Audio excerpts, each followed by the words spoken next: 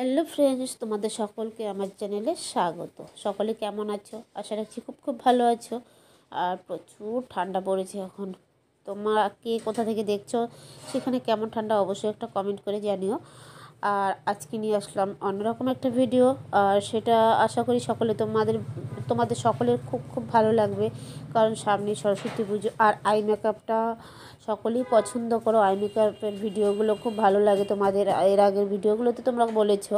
তো চলো, আজকের ভিডিওটা একটু অন্যরকম। তোমরা যারা নতুন মেকআপ শিখছো বা শিখতে চাইছো, তাদের জন্য কিন্তু আই মেকআপটা শেখা খুব জরুরি। কারণ আই মেকআপটা একটু ভালো না হলে কিন্তু দেখতে খুব খারাপ লাগে।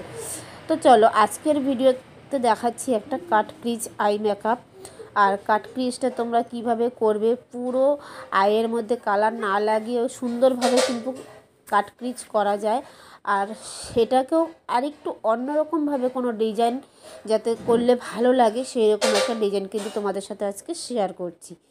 তো ভিডিওটি তোমরা দেখতে থাকো কিভাবে আমি এই আই মেকআপটা করছি। একদম অন্যরকম একটা আই মেকআপ, একদম নতুন লুক। তো তোমরা যারা যারা বাড়িতে প্র্যাকটিস করছো বা যারা যারা মেকআপ শিখছো, তো তোমরাও কিন্তু এরকমভাবে বাড়িতে প্র্যাকটিস করতেই পারো। প্র্যাকটিস করাটা কিন্তু খুব দরকার। আর যে কোনো কাজেই তোমরা যদি নিজের হাতে প্র্যাকটিস ভালোভাবে না করো, তাহলে কিন্তু ভালো হবে না। আর এখানে যে আই মেকআপটা আমি করেছি, সেটার ওপরে যে কালারগুলো দিয়েছি, নিচেও কিন্তু আন্ডার আইতে সেম সেম কালারগুলো দিয়ে একটু ভালো করে স্মাচ করে দিতে হবে।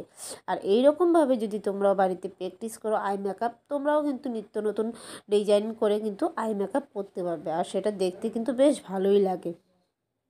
তো আমার এই আই মেকআপটা তোমাদের কেমন লাগলো অবশ্যই কিন্তু কমেন্টে জানাবে।